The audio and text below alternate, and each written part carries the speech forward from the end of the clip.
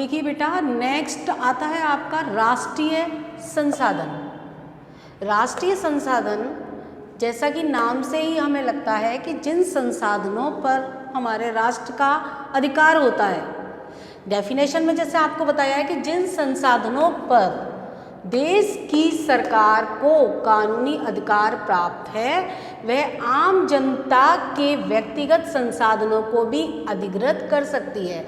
जैसे कि अब जैसे एग्जाम्पल इसमें दिया है नहरें, रेल और लाइनें। जैसे क्या होता है कि मान लो हमारा सरकार को उस पर कोई फ्लाईओवर बनाना है या रेलवे लाइन निकालनी है या पुल निकालना है, तो वो जो किसान की खेती होती है और या हमारे मकान होते हैं, उनको उन पर उस योजनाओं को चलाने के लिए, नहरें बनाने के लिए, रेलवे लाइन बनाने के लिए वो उनकी भूमि को अधिग्रहण कर लेती है। तो उस पर ये राष्ट्रीय संसाधन का अधिकार, राष्ट्रीय संसाधन पर देश का अधिकार होता है। अब हमारा नेक्स्ट आता है अंतर्राष्ट्रीय संसाधन। अंतर्राष्ट्रीय संसाधन जैसे कि पूरे देश, दुनिया के देशों का उस पर अधिकार होता है। जैसे कि जिन संसाधनों पर किसी एक देश का अधिकार नहीं होता, जैसे राष्ट्रीय में तो किसी एक देश का अधिकार होता है ना, तो उसी तरह से अंतर्राष्ट्रीय में भी किसी एक देश का अधिकार नहीं होता। और उस पर यदि हम कुछ संसाधन या कुछ हम योजना बनाना चाहते हैं, तो उसमें हमें उस देश की, अंतर्राष्ट्रीय देश की संस्थाओं की सहमति बहुत आवश्यक होती है। जैसे कि तट रेखा, जो हमारी तट रेखा है, उससे 200 किलोमीटर की दूर पर हम देखेंगे कि महासागरीय संसाधनों पर किसी भी देश का अधिकार नहीं है और उस पर हमें योजना चलाने के लिए उस देश की संस्था से हमें उसकी सहमति लेना आवश्यक होता है। तो ये आपका होता है अंतर्राष्ट्रीय संसाधन। नेक्स्ट आपका आता है विकास के स्तर के आधार पर हम इसको दो भागों में बांट सकते हैं, संभाव्य संसाधन, विकसित संसाधन, भंडार और संचित कोष। अब देखिए, अब क्या होता है, संभाव्य संसाधन क्या होता है कि जो किसी भी देश में उपलब्ध है लेकिन उनका उपयोग नहीं किया जा रहा है।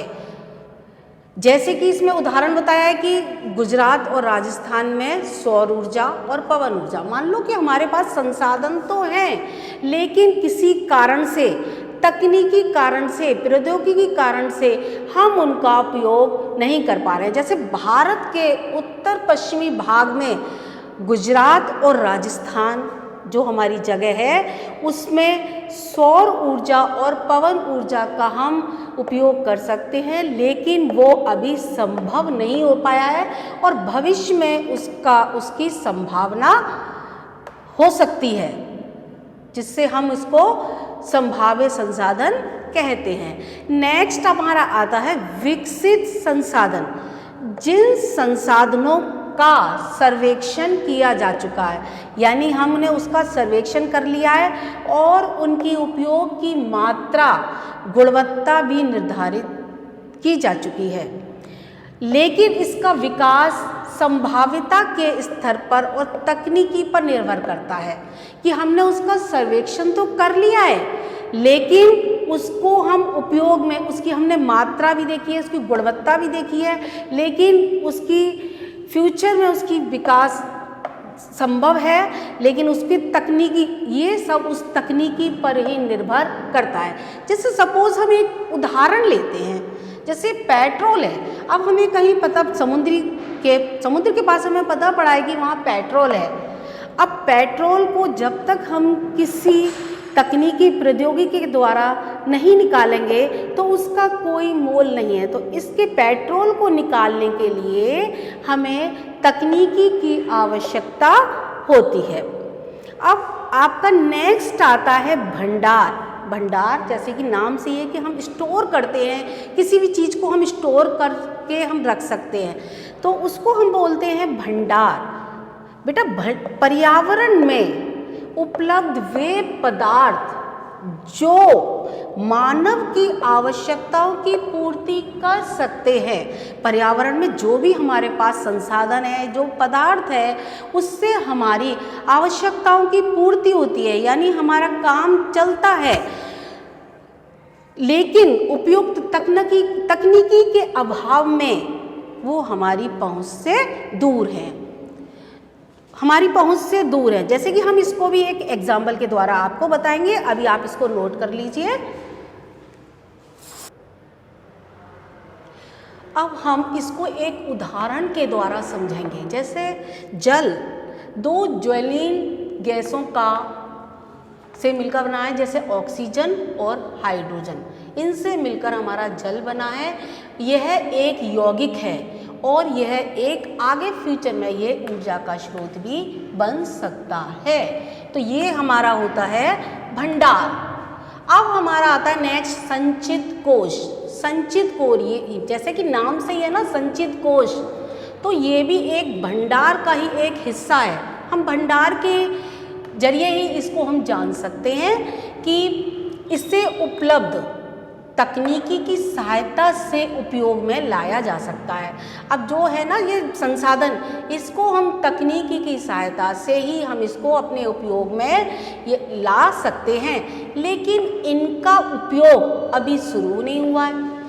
अब इनका मतलब संसाधन तो हमारे पास है, लेकिन तकनीकी के कारण, तकनीकी की कमी के कारण इसको हम अभी उपयोग में नहीं ला सकते हैं। जैसे कि क्या होता है, जैसे नदी है, अब हम नदी से अब हम विद्युत बनाना चाहते हैं, बिजली बनाना चाहते हैं, तो उसके ऊपर हमें बांध बनाएंगे।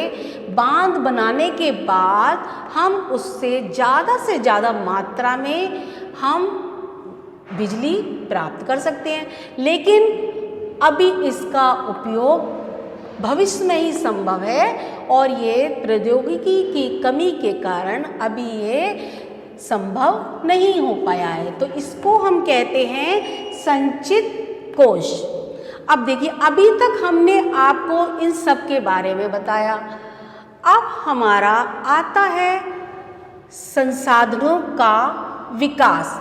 अब हम इसके बारे में पढ़ेंगे, लेकिन आप अभी इतना आप नोट करो और इसको समझो।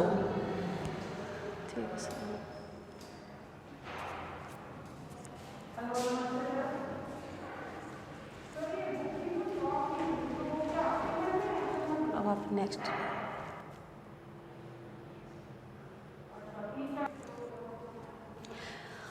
अब तक हमने आपको ये सब संसाधनों के बारे में बताया, वर्गीकरण के बारे में बताया था कि संसाधनों का वर्गीकरण किस प्रकार से होता है। अब हम आपको नेक्स्ट बताएंगे कि संसाधनों का विकास। संसाधनों का विकास हम किस तरह से एक सोच समझ से हम कर सकते हैं। हम संसाधनों को बचा कर रखेंगे तभी वो हमारे भविष्य में काम आएंगे। तो जैसे कि होता है ना, अब जैसे हमारी कुछ ना लालच होती है कि हम सोचते हैं कि हम अपना आज का काम कर लें संसाधनों से, फिर हमें एकदम लालच आने लगता है कि नहीं, अब हम इसको और हम संसाधनों का उपयोग करेंगे तो इसका हम व्यापार भी करेंगे और इससे हमें आर्थिक स्थिति भी हमारी अच्छी होगी। तो कुछ लोग क्या करते हैं, जैसे इसमें बताया है, कुछ व्यक्तियों के लालच के कारण संशोधन करने से संसाधनों का ह्रास हुआ है।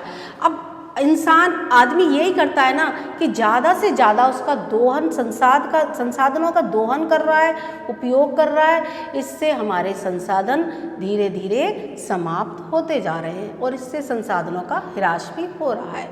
अब जो इसका नेक्स्ट पॉइंट है कि संसाधन क्या है, कि संसाधन हमारे ना दो व्यक्तियों के, दो समाज के दो हिस्सों में बट गया है।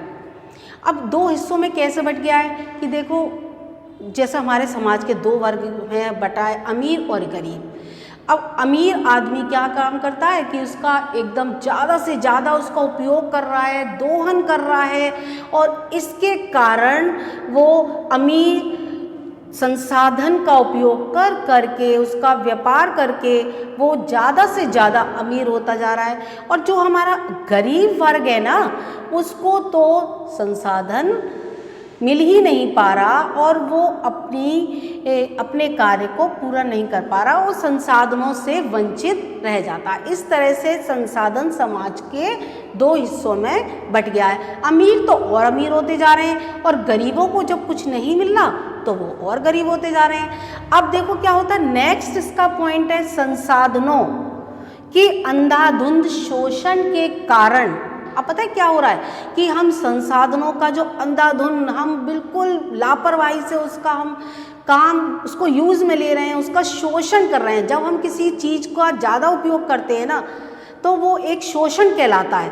तो हम उसका ज़्यादा से ज़्यादा हम उसका संशोधन कर रहे हैं, शोषण कर रहे हैं। तो उससे क्या एक संकट, एक बहुत ऐसी स्थिति उत्पन्न हो गई है कि हमारे जो ग्लोबल वार्मिंग है उस पर बहुत ज़्यादा असर पड़ रहा है, उस पर बहुत ज़्यादा असर पड़ रहा है। जैसे कि भूमंडलीय तापन, ओजोन परत। अब क्या हुआ, भूमंडलीय तापन, हमारा जो भूमंड का ताप है वो गर्म होता जा रहा है और उस ओजोन परत है उसमें भी एक छेद होने का खतरा पैदा हो गया है। और उसके बाद पर्यावरण प्रदूषण और हमारे संसाधन का हम जो दुरुपयोग कर रहे हैं उससे हमारा पर्यावरण भी प्रदूषित हो रहा है। पर्यावरण प्रदूषित हो रहा है तो उससे हमारी भूमि का निम्नीकरण भी हो रहा है, क्योंकि भूमि का निम्नीकरण हो रहा है, हम पर्यावरण हमारा प्रदूषित हो रहा है तो उससे हमारी भूमि का भी निम्नीकरण हो रहा है और हमारी भूमि, उपजाऊ शक्ति भूमि की कम होती जा रही है। तो इस तरह से मैंने आपको ये बताया कि संसाधनों का हम विकास किस तरह से कर सकते हैं। एक सोच समझ से यदि हम संसाधनों का विकास करेंगे तो हम इसको एक बहुत तरीके से इसका उपयोग हम कर सकते हैं। अब आप इसको अच्छे से इसको नोट करो और इसको समझने का प्रयास करें।